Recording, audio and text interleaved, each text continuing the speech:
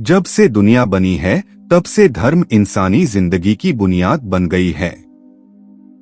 लगभग सारी दुनिया की इंसानियत धर्मों को फॉलो करती है। अब सवाल यह है कि सारी दुनिया में लगभग 90% लोग धर्मों को क्यों मानते हैं? क्या वजह रही है कि लोग समय समय पर अलग अलग धर्मों या मजहबों को मानते आए हैं? हर धर्म या मजहब के लोग अपने मजहब या धर्म को ही सर्वश्रेष्ठ मानते आए हैं। ऐसा क्यों? क्या वजह है कि लोग बिना धर्म या मजहब के जीवन की कल्पना तक नहीं करते? आखिर धर्म या मजहब में लोग ढूंढते क्या हैं और पाते क्या हैं? तो आइए जरा इस बात को गौर से समझें।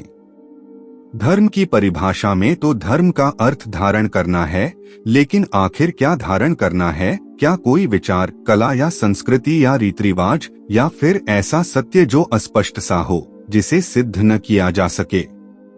या फिर कोई आसमानी बात जो एक दावागत सत्य के साथ एक अलग ही अटपटी सी संस्कृति और रिवाज को लेकर आती हो? या फिर इसी ग्रह के मनुष्यों के द्वारा स्वयं के द्वारा की गई सत्य की खोज ही धर्म है?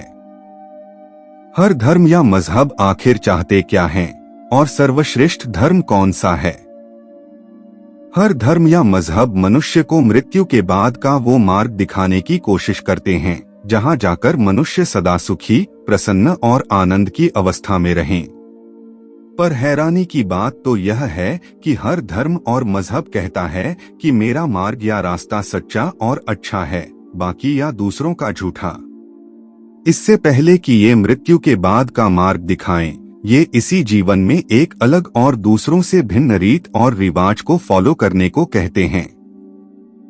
सच तो यह है कि उनके यही रीत रिवाज, नियम और कायदे कानून ही उनके वो सच्चे मार्ग होते हैं जिन पर चलकर ही कोई मनुष्य सुखलोक व अमरलोक में प्रवेश कर सकता है। तो क्या सभी धार्मिक और मजहबी लोग उनके बताए धर्म या मजहब के नियमों का पालन करते हैं? हाँ, निसंदेह करते हैं। इसी चक्कर में ही तो धार्मिक और मजहबी आदमी एक दूसरे के खून का प्यासा हो जाता है। अगर उनके ये नियम और कायदे कानून वाकई में किसी एक ही ईश्वर या परमेश्वर ने दिए होते तो धार्मिक या मजहबी झगड़े और लड़ाइयाँ होती ही नहीं। अगर वाकई में ये धर्म और मजहब किसी एक ईश्वर ने बनाए होते तो वे इस सृष्टि के सभी मनुष्यों के साथ एक समान और एक ही सुर में बात करता। वो सारी मानवता को एक ही धर्म या एक ही मजहब सौंपता, न कि अलग अलग धर्म और मजहब बनाकर इंसानों में फूट डलवाता। या फिर एक संभावना यह भी है कि अतीत में जो धर्म या मजहब उन लोगों को सौंपे गए वे परग्रहियों के द्वारा उन्हें दिए गए थे। अधिकतर संभावना तो यही है कि इस संसार के लगभग सभी धर्म या मजहब परग्रहियों की देन हैं। अगर ये हमने बनाए होते तो आज हम सभी सुरक्षित होते और अपना ही सत्यानाश न करते। इसलिए इस पृथ्वी से बाहर कोई है जो यह नहीं चाहते कि इंसान इस पृथ्वी पर सुख और चैन से रह सकें। ये हमसे हमारी गुलामी चाहते हैं, और अगर हम इनकी गुलामी न करें तो ये हमारी धज्जियां उड़ा देते हैं। ये हमारा लहू बहाने में आतुर हैं, हमारा लहू बहने से मानो उनकी प्यास बुझती हो। हम इस संसार में स्पष्ट रूप से देख और समझ सकते हैं कि जो धर्म मनुष्य ने बनाया है केवल वही आध्यात्मिक है। आध्यात्मिक धर्म केवल ईश्वरीय धर्म नहीं होता, बल्कि यह मनुष्य का मनुष्य को और इस सृष्टि को जानने की विद्या ही होती है।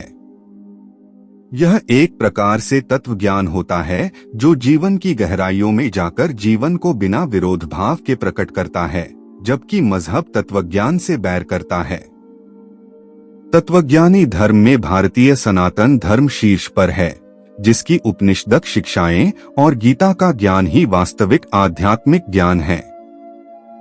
लेकिन ध्यान रहे, यहाँ हिंदू धर्म की बात नहीं हो रही है, जिनमें जातिवाद और बहुदेववाद का विधान होता है, जिनमें अनगिनत रीति रिवाज और प्रथाओं का उल्लेख होता है, बल्कि यहाँ बात हो रही है उपनिषदिक विद्याओं और गीता ज्ञान की, जिनके कारण ही भारत भूमि को सनातन धर्म की भूमि कहा गया, जबकि यहाँ केवल 10% लोग ही सनातनी हैं, बाकी तो सभी तनातनी हैं।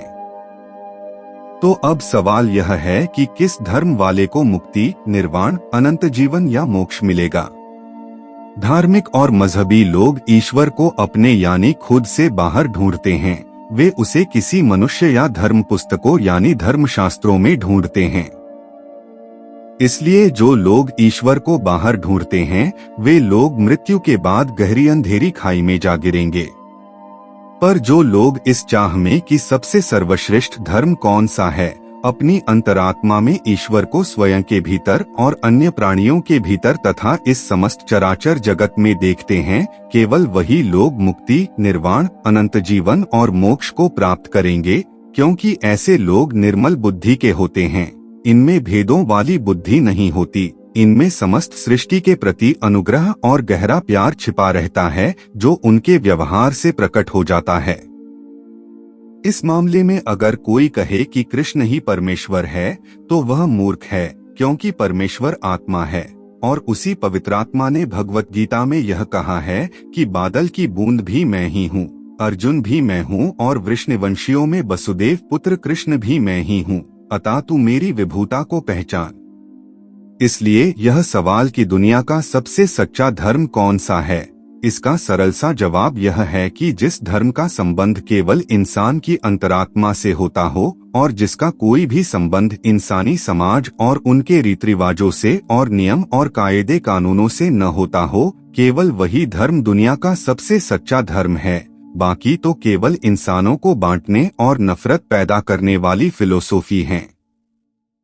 तो हमें आशा है कि यह वीडियो आपको पसंद आया होगा। इसी तरह की और अधिक ज्ञानवर्धक वीडियोज देखने के लिए कृपया नॉलेज ऑन टॉप चैनल के साथ जुड़े रहिए। धन्यवाद।